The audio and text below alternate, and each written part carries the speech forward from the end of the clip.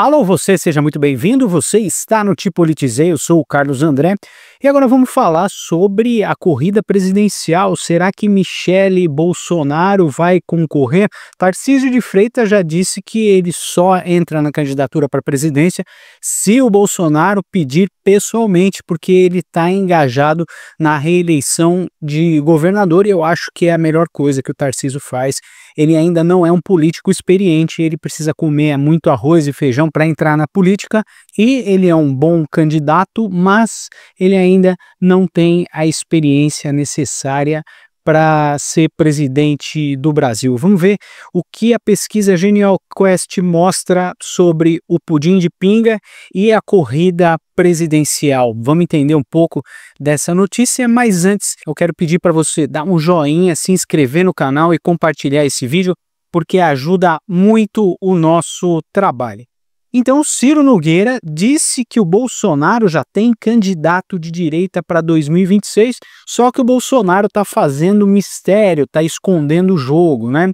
Eu acredito que seria a Michele ou o Eduardo Bolsonaro, mas nas projeções da pesquisa Quest, Lula ganha em todos os cenários, tanto no cenário estimulado quanto no cenário natural, né? O que seria naturalmente os candidatos para a presidência. Então, o Ciro Nogueira falou que o ex-presidente mantém um nome em sigilo, que a revelação desse nome só deve acontecer no final do ano e aposta entre Tarcísio e Ratinho Júnior. Eu não acredito nessa aposta porque o Tarcísio já confirmou que está focado na reeleição do governo de São Paulo e é a melhor coisa que ele faz, não atrapalhando à direita, né? A definição do principal nome da oposição para disputar a presidência em 2026 deve ser anunciada somente em janeiro, segundo o Ciro Nogueira.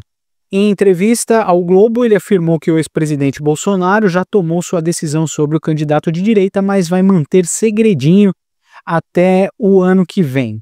Jair Bolsonaro, que está inelegível até 2030, a gente espera aí que tenha uma reviravolta nesse quadro, porque o STF usou a arma do Estado para sufocar a oposição, né? Para acabar com os adversários políticos, do mesmo jeito que o Maduro fez lá na Venezuela, acabou e eliminou com a concorrência. De acordo com o parlamentar, 2 nomes têm condição real, né, de disputar o Planalto com o apoio de Bolsonaro, que seria o Tarcísio. Já digo de passagem que o Tarcísio negou que ele vai ser candidato a presidente, a não ser que ele mude de ideia. A gente não pode acreditar em políticos, né? Mas, enfim, parece que o Tarcísio está fora da jogada para 2026 para presidente. O Ratinho Júnior, do PSD, que é governador do Paraná, eles apresentam índices de rejeição inferiores aos de Bolsonaro, mas mantêm o alto potencial de crescimento eleitoral com cerca de 40% de desconhecimento no país. Então, o pessoal no país inteiro ainda não conhece bem o que representa Tarcísio e Ratinho Júnior, lá do Paraná. O Ciro disse que acredita que o Tarcísio só deixaria de tentar a reeleição para governador se houver um chamado direto do Bolsonaro. O Tarcísio já disse isso, já agradeceu ao Bolsonaro, ele tem uma dívida com o Bolsonaro, porque afinal de contas foi o Bolsonaro que o colocou na vida política, e ele disse que não vai atrapalhar a candidatura da direita somente se o Bolsonaro pedir para ele, né? Chega lá, olha, Tarcísio, é o seguinte, você vai ter que se candidatar aí porque o negócio tá feio, tá certo? Então, só se isso acontecer. Abre aspas, não tenho dúvida de que se tiver o chamamento do Bolsonaro para a presidência, ele não vai virar as costas, disse Ciro Nogueira. Eu acredito que ele não vai virar as costas mesmo, mas a decisão do Tarcísio, por enquanto, é a mais acertada em ficar aqui em São Paulo e tentar a reeleição, né? Então, na coluna do Globo aqui da Malu Gaspar, a má notícia para Tarcísio e Michele Bolsonaro na pesquisa Genial Quest, ela diz que o governador de São Paulo e a ex-primeira-dama têm uma má notícia, né? Eles perdem em todos os cenários da pesquisa Genial Quest. Então a pesquisa Quest mostrou que Lula está 9 pontos à frente do Ciro, 10 pontos de Bolsonaro, 12 de Tarcísio e Michele, 13 de Ratinho Júnior, 15 de Zema, Caiado e Eduardo, e 23 de Leite no segundo turno de 2026. Em todos os cenários aqui, você vê que a pesquisa Cast diz que Lula ganha. No primeiro cenário, no primeiro turno, 35%, no primeiro turno, 36%, 39%, 35%. Então, o pudim de pinga ganha as eleições, segundo a revista Quest, em todos os cenários, até no cenário estimulado, que é o cenário que você diz os nomes do candidato e a pessoa responde. Em outros cenários, eles só perguntam quem que você vai votar e não cita o nome de ninguém. Então, no primeiro cenário, Lula com Bolsonaro, Lula ganharia de 35% e Bolsonaro com 26%. A Michelle nem aparece, né? Então a gente vê aqui em cenários onde aparece a Michelle Bolsonaro, ela ainda tem uma chance contra o Lula, se bem que o Lula aqui ganharia no primeiro turno com 36%.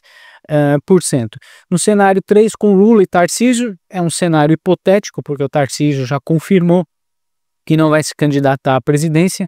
Lula ganharia com 39% e Tarcísio com 18%, devido ao desconhecimento do Brasil inteiro com relação a Tarcísio, né? O Tarcísio é um político relativamente novo, ele foi ministro do Bolsonaro, depois o Bolsonaro o indicou para o governo de São Paulo, acabou ganhando. Esse é o primeiro mandato do Tarcísio, ele ainda está aprendendo na política, ainda tem muito o que aprender com relação a articulações e tudo mais. Então o povo ainda não conhece o Tarcísio de Freitas. Eu acredito que por causa disso ele perderia para o Lula. Fato é que a direita está muito enrolada, a direita não sabe muito o que fazer, está desorganizada, mas eu acredito que essa pesquisa aqui não vai dar em nada, porque o pudim de pinga não vai ser reeleito, ou você quer que continue essa mesma ladainha de impostos sobre impostos, impostos aqui, impostos ali, como o Haddad falou e reclamou que o Bolsonaro não cobrava imposto, olha só. Houve um entendimento de que a Receita Federal teria muita dificuldade em cobrar pelo passado, que o governo anterior, como vocês sabem, não cobrou os impostos devidos. Toda atividade econômica tem que ser tributada, né? Independentemente da regularização, ela tem que ser tributada. E há um esforço da Receita Federal de que o governo anterior não zelou, né, com as cautelas devidas para fazer valer a legislação brasileira.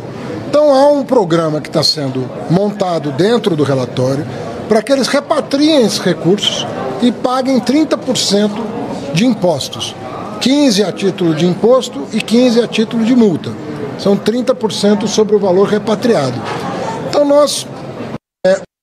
Então, esse é o governo de esquerda, esse é o governo comunista, socialista do PT, onde a gazela saltitante está aqui concordando com o que esse imbecil fala, em que, independente da legalidade ou não, deve ser cobrado qualquer tipo de imposto. Então, seja um imposto aprovado ou não aprovado, esse idiota acha que a população ainda tem dinheiro para pagar imposto, para sustentar a vida desses bandidos no governo, né? O STF, o Senado, a Câmara dos Deputados, só está lá por causa dos nossos impostos.